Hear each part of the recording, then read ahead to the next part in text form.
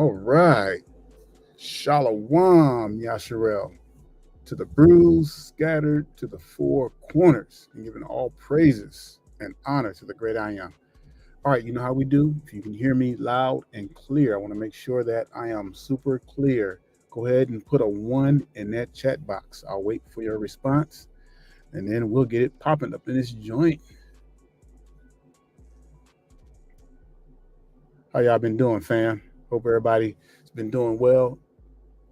Sister Sam, we're gonna be praying for your back. Most High give you strength.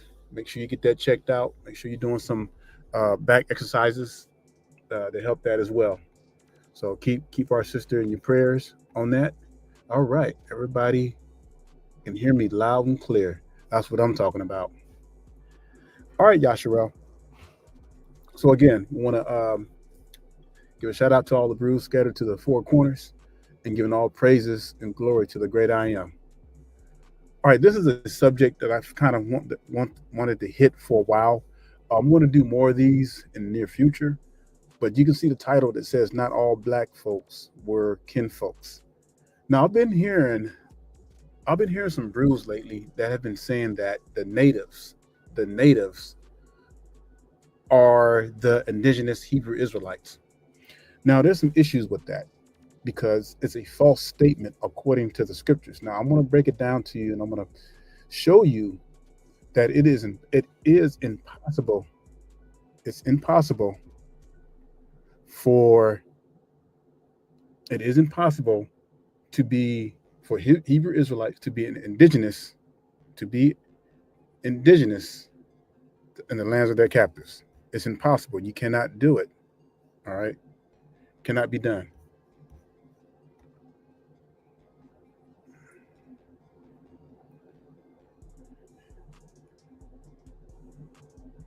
All right, give me a second. All right, somebody is saying that Sam is a heathen. Okay.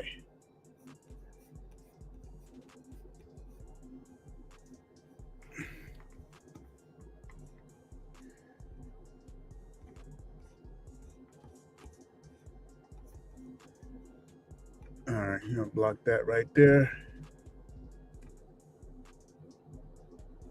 All right, y'all.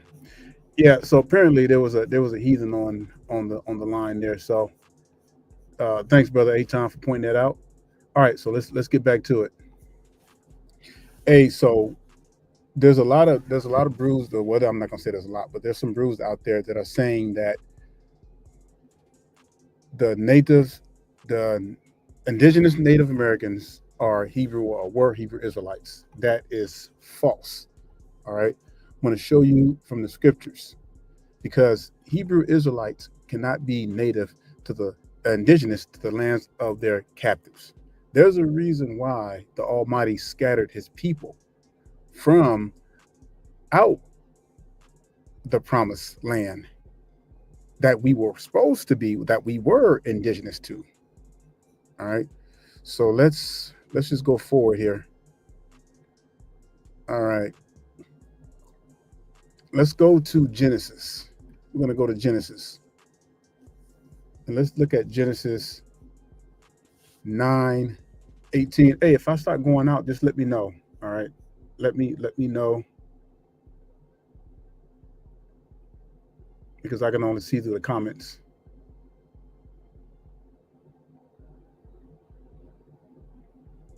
All right. So let's go to Genesis 9:18. It says, "And the sons of Noah that went forth of the ark were Shem and Ham and Japheth. And Ham is the father of Canaan. These are the three sons of Noah, and of them was the whole earth overspread." Okay. One thing you got to understand, Yashral. Now, this is man way back in the day. This is in the beginning. All right. Now, according to the scriptures, according to Genesis 9:18 and 19, it says, "And the sons of Noah that went forth of the ark were Shem and Ham and Japheth. And Ham is the father of Canaan. These are the three sons of Noah, and of them was the whole earth overspread. Now, what is that telling you right there? Just in your mind, when you read that verse, what is that telling you? That these are the three sons of Noah, and of them was the whole earth overspread. And you're going to hear me repeat a lot of this stuff because I'm trying to get a point across. You got to see this. You got to understand this because this is going to explain the people who were scattered over here in the very beginning. All right, so let me read that last part again. Let's go to verse 19 because you got to get this. If you don't get this, it's not going to make sense to you. All right, verse 19 it says, "These are the three sons of Noah, and of them was the whole earth overspread." Now, when did this happen? When they came from the ark. So we're talking about hundreds of years of descendants, okay, from Noah's three sons.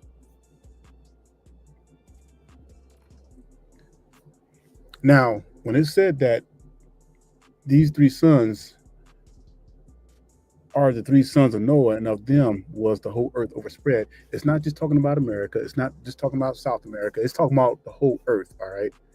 So we know that all Noah's sons were black. Now, it's funny because the heathens, they will admit that Ham is black, but then they won't even acknowledge that Shem and Japheth was also black. But, because, the whole Christian world and all these religions, they teach their people, they teach everybody that all black people come from Ham, and we know that's a lie. And if you look in the Zondervan dictionary, you know, um, Ham is the children of the descendants of the Africans. They're also black too. But you got to understand, Noah had three sons, and so it would be later on when the promise would come out of the line of Shem. But I'm going to show you that later on. So again, let's recap this.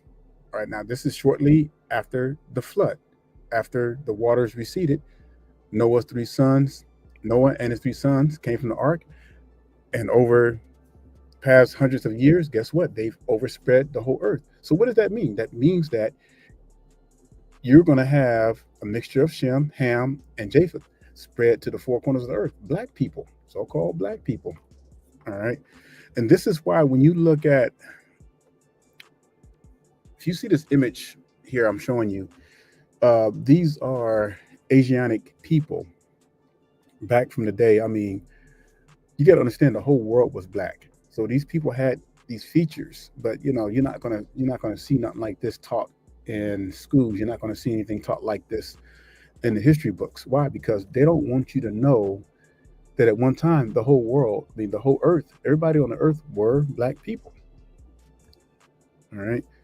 And you have to really do the research to really dig in deep, and you can see it for yourself. But the whole world, all across the earth, were black. Because you got to understand, these were the descendants of Noah's son. So for people who say that the Native Americans were black people, that's correct. They were black people. Everybody was black at one time. There was no non-melanated people on the face of this earth. All right, they didn't come until shortly before the Greeks. You can research, even scientists, even archaeologists have proven that fact. Where they came from there's a lot of theories out there as far as where they came from. I have a few of mine, something that I hope to really get into in the near future. All right, so let's go on here. Now it would happen again. So this is what we're going to do. We're going to go to Genesis. Go ahead and go to Genesis 11. Genesis 11. And we're going to start with verse 6. All right. Because they wouldn't just overspread this one time. It happened twice. All right. And you got to understand, this was like shortly under 1,000 years later that this happened again. But mind you, the first wave was already spread with Noah's three sons. So that means, yes, in America, you had natives that were dark skinned, that looked pretty much damn near like us, probably. But you got to understand that they were a mixture of Shem, Ham, and Japheth. All right, let's look at verse 6. It says, "And the Lord said, Behold, the people is one, and they have all one language. and this they began to do, and now nothing will be restrained from them, which they have imagined to do. All right. So it says, and the Lord said, behold, the people is one. So what does that mean? That they're one. All right. The one language, one race, and they have one language. And this they begin to do. And now nothing will be restrained from them, which they have imagined to do. Go to, let us go down and there confound their language. Why? Because they were speaking one language at the time. Everything was speaking on the same one accord. Everything, everybody, even the animals. All right, everybody was on one accord. It says, and now nothing will be restrained from them, which they have imagined to do, because if the Most High would have allowed them to continue on, man, them boys would have been super wicked. It says, go to, let us go down, and there confound their language, that they may not understand one another's speech. So the Lord scattered them abroad from thence upon the face of all the earth, and they left off to build the city. All right. Get this. Here's the key part right here. He said, therefore is the name of it called Babel, because the Lord did therefore confound their language. All right.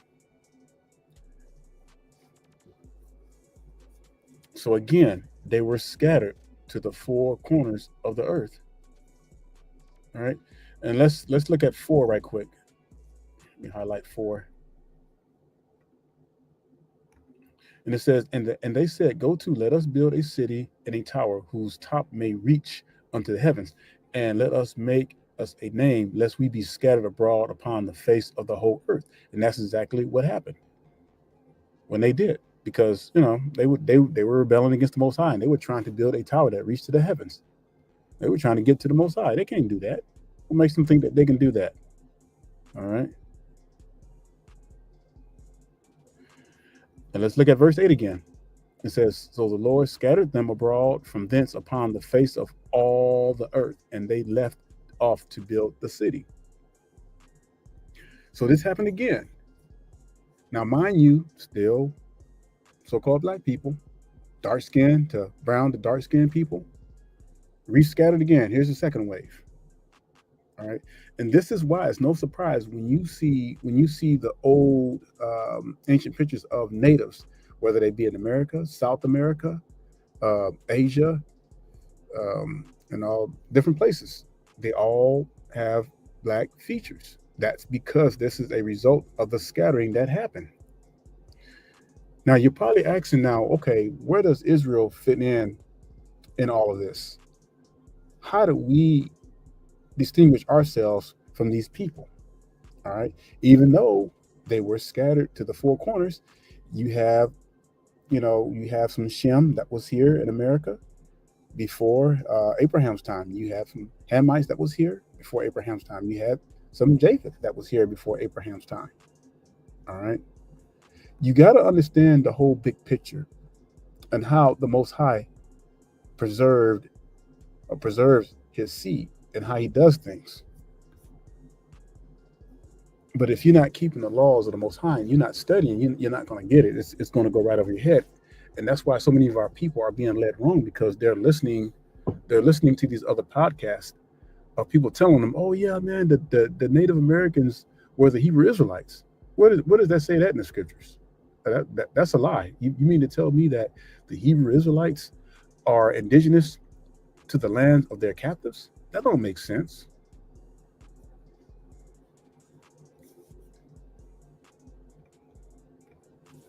So the Most High scattered them. All right. Now we're going to get down to the nitty gritty part right here, because this is the part this is going to separate our people from everybody else. All right, you got to understand it. Even though Abraham was a father of many nations, but only one covenant carried the seed. All right, that's what you got to understand. So go ahead and turn to Genesis. We're going to go to Genesis. This time we're going to go to Genesis 17. All right. Scriptures are very, very clear. I'm going to give you a little time here. And if you're just not coming on and catching this podcast, It's fine. It'll load on and you can rewatch it. All right. But I would highly recommend you watch this from the very beginning so that you can get the understanding of how the sons of Noah were scattered to the four corners and how the second wave was scattered again right shortly after the building of the Tower of Babel. All right, everybody should be in Genesis. So let's go there. All right. It says, and when Abraham was 90 years old, 90 years and 9, the Lord appeared to Abraham and said unto him, I am the Almighty God. Walk before me and be thou perfect. Verse 2, and I will make my covenant between me and thee. What's a covenant, Yasharel? A covenant is a promise. Did the Most High make a covenant between Abraham and Ishmael? Did Most High make a covenant between Abraham and Sarah? No.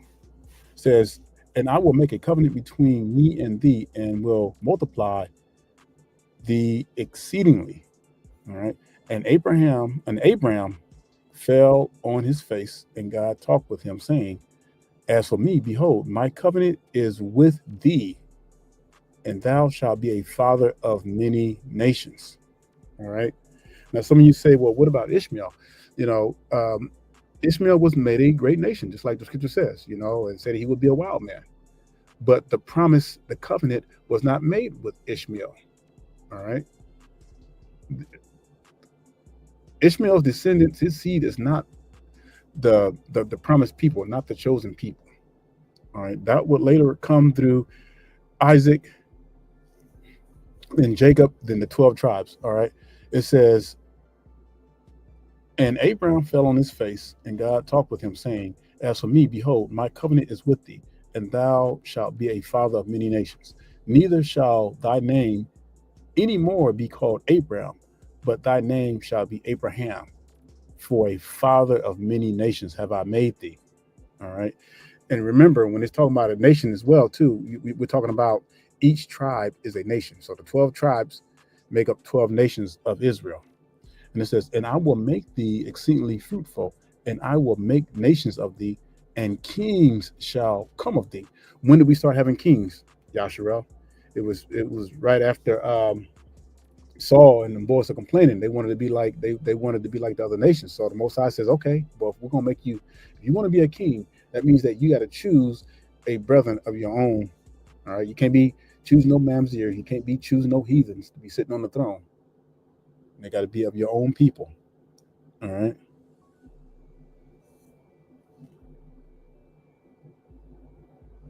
I'll read that again. And I will make thee exceedingly fruitful, and I will make nations of thee, and kings shall come of thee. And I will establish my covenant between me and thee and thy seed after thee in their generations for an everlasting covenant. So what does it mean when it says after the generation? That means that each generation that is born unto Israel, the covenant still stands.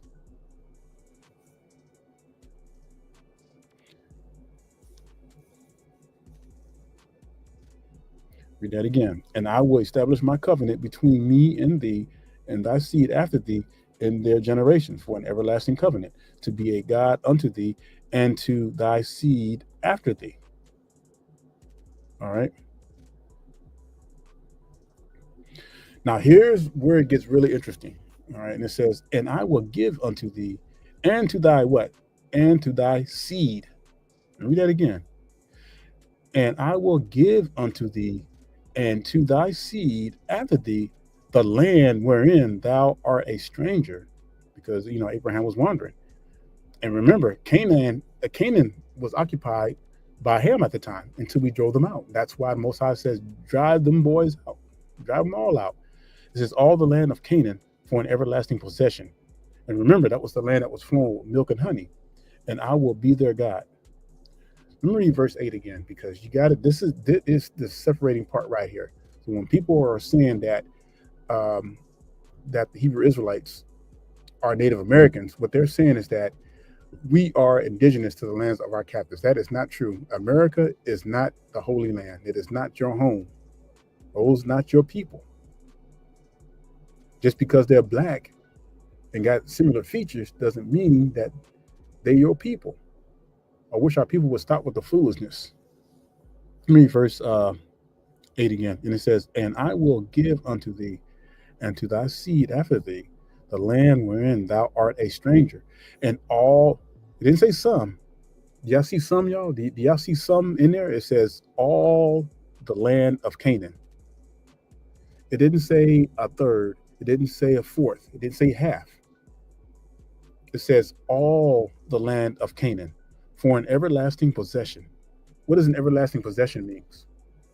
It means that it never ceases. No matter how wicked our forefathers have been, that will always be our promise. That will be our indigenous birthright place region of the earth. That is what we're indigenous to. Not America, not South America, not Asia. We are indigenous to the land that the Almighty had given to Abraham and his seed forever throughout their generations. That is the region that we are indigenous to. So when people keep saying, "Oh, the American natives were Hebrew Israelites," man, y'all need to get out of here with that mess. That's just so far from the truth. Now, people don't study, just ignorant, just listening to other folks. I'm going to read that one more time, verse 8, because again, that's the key, and y'all going to hear me repeat this stuff. It says, "And I will give unto thee and to thy seed after thee the land which thou art a stranger, all the land of Canaan, for an everlasting possession, and I will be their God." And God said unto Abraham, "Thou shalt keep my covenant, therefore thou and thy seed." What does it mean when it says thy seed? Thy generations, thy people, us, even today, Negroes scattered to the four corners. Thy seed after thee in their generations. This is my covenant. What is a covenant? A promise that was never broken by the Almighty. We broke the covenant, but the Father, Abba Yah, has never broken the covenant. It still stands. "This is my covenant, which ye shall keep between me and you, and they, and you, and thy seed after thee." What does that mean? That means it's going to continue. It's very simple. It's very plain. It's not hard to understand. "Every man child among you shall be circumcised." All right. I hope this is sinking in. Now, let me just give you a visual. Okay, so you have Abraham, you have Isaac. Son Isaac has Jacob. All right, which the promise will remain through, because Jacob attained the birthright, so therefore he attained the covenant for the promised chosen seed. Then Jacob will go on to have the 12 tribes. All right, and so forth, and to this very day. So we are a scattered people. Now let's look at here. Let me make this a little bigger here. I want y'all to look at this. Is kind of like an ancient Canaan area region. All right, and we know that this consisted of some parts of Africa and what they now call the Middle East. All right, it wasn't just that little spot they called Jerusalem. Our territory is way larger than that, and I don't got that's another lesson where I can go into detail and kind of cover that area. But it's a huge area. It's not limited to just what these Khazars are staying at right now. You know, our region of the promise that the Most High given to Abraham and his seed and to us throughout this day is the promised land, the region of Canaan, what they call the Great Sea now, the Mediterranean Sea. That's why when you study the apostles, where the apostles went and traveled to, those are the regions. Those are the regions that they went to reach the northern tribes, because they knew where they were, the lost 10 tribes. So I wanted to show you this visual so you can kind of get an idea, all right? And you can do the research yourself. When the Most High says, "I will promise and I will give thee all the land of Canaan throughout your generations," the Most High meant it, all right? Now, this right here ought to show you that it is impossible. It's impossible for Hebrew Israelites to be indigenous to the lands of their captives. Why do you think the Most High had to scatter us out of the promised land? The Almighty is way too wise to have us be captives in our own land. When Titus and his sons, when they went to go destroy the Israelites or destroy the temple back in 70 AD, well, what did they do? They had Most High made our people flee. Most High wasn't going to have his own chosen people captives in their own land. That's why the Most High scattered. And this is why we are scattered unto this very day. We are scattered to this very day because the promise still stands. Because the Almighty is too wise to have us captives in our own land. Now you may say, well, what about some of our people who are going back to Jerusalem? It don't matter. The scripture says that the land will be trodden down by the Gentiles. It's not time for you to go back. Who told you to gather some people and try to go back to the land before we go into the wilderness? No, it don't make no sense. People out there doing their own stuff, doing their own thing. The Most High said that He will gather us from the four corners. He will gather us with chairs of fire. He will gather. He will be doing the gathering. We're not going to be getting on no plane, on buses, talking about we're going back to Canaan. That ain't going to happen. The Most High said it. He will gather us. He will gather His people from the four corners. Just like He scattered us to the four corners, the Almighty will gather us from the four corners. Let's read verse 8 one more time. And it says, and I will give unto thee and to thy seed after thee the land which thou art a stranger, all the land of Canaan, for an everlasting possession. So you mean tell me that Canaan land is America? For those who are saying that the Hebrew Israelites are the indigenous people? Come on now, make it make sense. The Most High said, and if you read throughout Deuteronomy, it says that He will, He will cause a nation that is fierce to rise up against us, and we shall dwell in a land that our forefathers have never known, or have never spoken their language, have tongue we've never known. Man, we're not in the land of the promised. Man, we're in the land of our captives. That's who we are. We are scattered to the land of our captives, and to the Most High, to the Almighty, gathers His people from the four corners.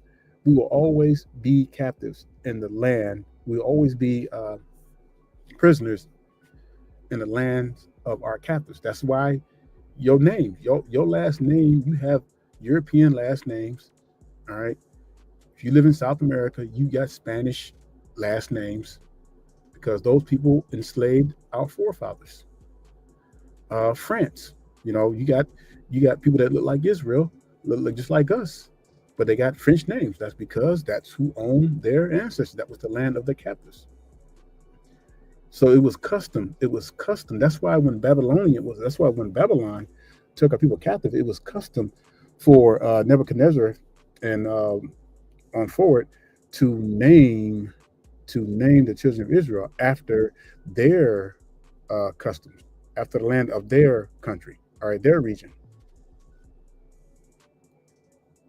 We had our own names, but when we got spread to the four corners of the earth, that got changed, and we took on the names of our captives.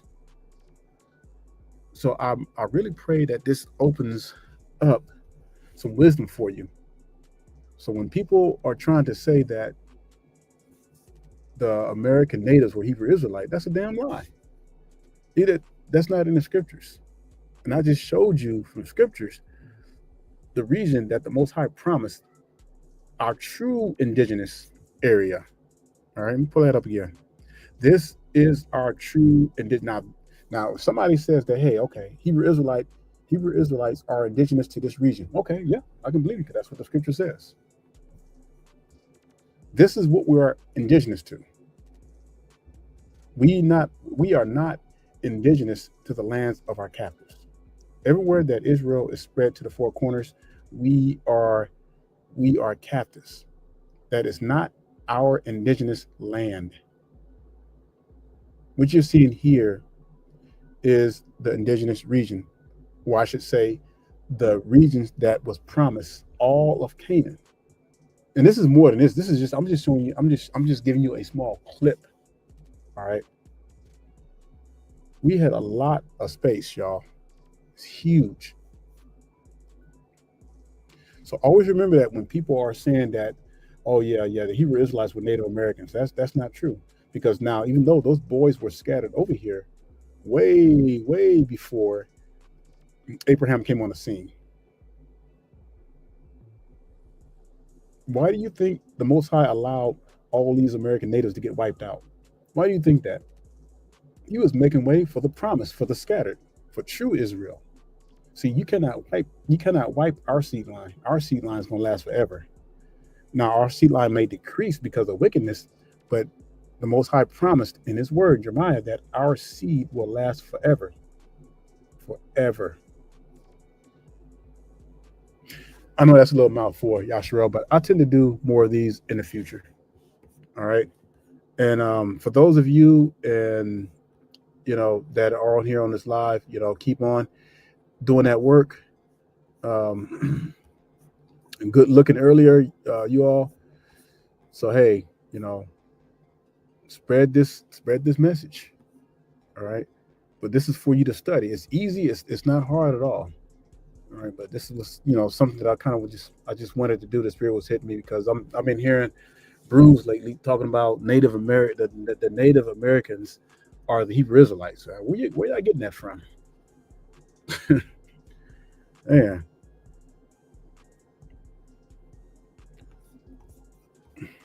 But again, right here, I'll read this and I'll leave with this. And I will give unto thee and to thy seed after thee the land wherein thou art a stranger, and all the land of Canaan for an everlasting possession. And why was Canaan at the time considered?